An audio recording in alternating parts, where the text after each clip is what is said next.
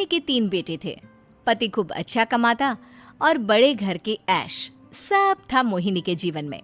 लेकिन एक चीज जो नहीं थी वो थी सुकून।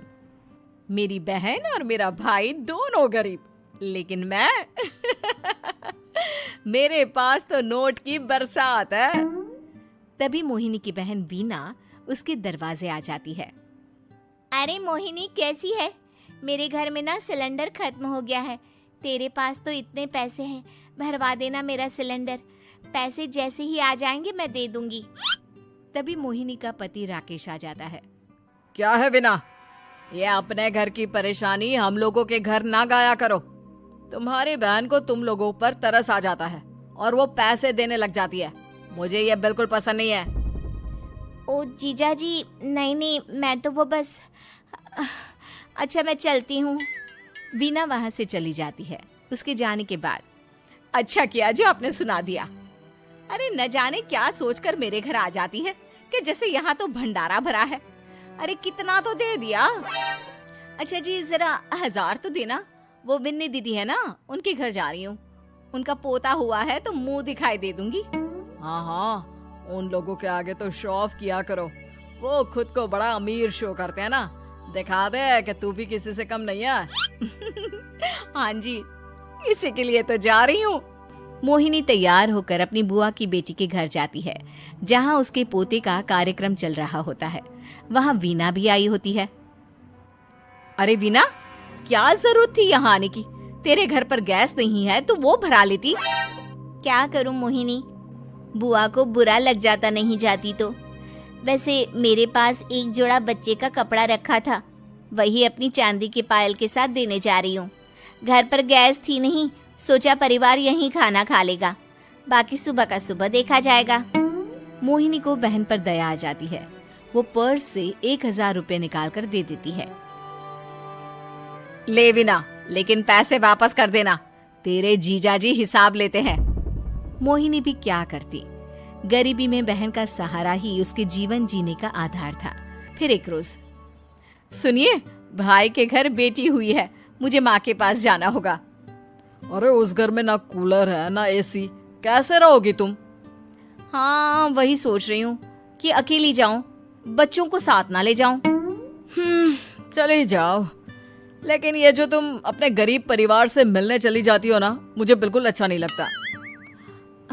पता नहीं मैं भी कैसे मैनेज करती हूँ, लेकिन क्या करूँ। मोहिनी भाई भाभी के घर आती है। मोहिनी, कैसे आना हुआ?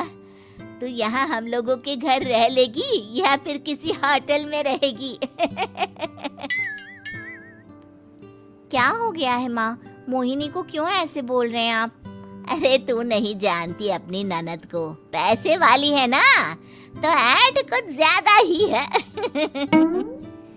मोहिनी को माँ की बात का बुरा नहीं लगता है, क्योंकि उसे पता ही नहीं चलता कि माँ उसे जली कटी सुना रही है। वो भाभी की बच्ची के साथ लेन देन करती है और वहाँ से चली जाती है। उसके जाने के बाद, माँ, क्यों आप मोहिनी को इतनी सारी बातें सुनाती हो? भाई का बेटा बोल पड़ता है।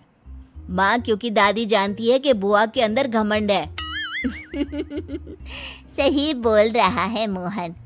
बहू भले तुझे ना दिखता हो, लेकिन मुझे और मोहन को दिखता है कि वो कितनी घमंडी है। मोहिनी मायके आती है, जहाँ गरीबी के कारण चीजें कम होती हैं। इस मोहन के बच्चे को काम पर लगा दो ना, किसी दुकान या किसी होटल में।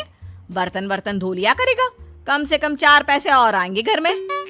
देख मोहिनी, माना तेरे पास पैसा है, लेकिन तेरे भाई के दिन इतने भी बुरे नहीं चल रहे कि वो अपने बच्चे की पढ़ाई रुकवाकर उससे बर्तन धुलवाए। मोहन माँ की ओर देखता है, जैसे आंखों से बोल रहा हो, देख लिया बुआ का हाल। हाँ मोहिनी, बात तो सही है, लेकिन अभी मोहन को पढ़ना है। आखिर तुम भी तो अपने दोनों बेटों को पढ़ा रही हो ना। मेरे बेटों से कैसे कंपेयर कर सकती हैं आप? अरे वो तो कलेक्टर बनेंगे। हाँ, कल को वो मोहन को नौकरी में रख लेंगे, क्यों? मोहिनी कुछ दिन और रहकर चली जाती है। धीरे धीरे दिन बीतता है। मोहन बड़ा होता है और कड़ी मेहनत से सफल भी हो जाता है। मोहिनी, माँ के जाने के बाद तो तुमने भाई भाभी के घर जाना छोड़ ही दिया, क्यों? वो क्या है ना, उन लोगों का घर छोटा है, मेरे बच्चे जाना ही नहीं चाहते। पर तुझे क्यों अचानक मायके की बात याद आ गई? यार, मेरा तो मायका है, भाई भाभी है, मेरा तो आना जाना लगा ही रहता है। हाँ, क्योंकि तुझे आदत है ना ऐसे छोटे से घर में और कम पैसे में रहने की। वैसे क्या खबर है आजकल मायके की अपने? अब वो घर छोटा और कम पैसे का नहीं रहा, क्योंकि मोहन तो बहुत बड़ा आदमी बन गया है। फिर क्या? मोहिनी भाभी को फोन करती है। मोहन किसी बड़ी कंपनी का मैनेजर हो गया है क्या भाभी? क्या ये सच है? हाँ मोहिनी दीदी, अब तो हम लोगों के गरीबी के दिन कट गए। आपके भाई ने कोई अच्छे कर्म किए होंगे जो हम लोगों का बेटा इतना अच्छा कमा रहा है। देख लो भाभी, पहले भी आपने कई गलतियां की थी, आप थोड़ा संभल कर चलना। भाभी को मोहिनी की बात समझ में नहीं आती कि वो क्या कहना चाहती है। फिर एक दिन वीना मोहिनी से कहती है, मोहिनी, हमारा भतीजा मोहन अच्छा कमा रहा है, क्यों ना मैं अपने बेटे की नौकरी के लिए उससे बात करूं? अरे बुआ का बेटा है, ये सोचकर मदद तो करेगा ना? हाँ हाँ, क्यों नहीं करेगा, उसके बुरे दिन में तो हम भी खड़े थे।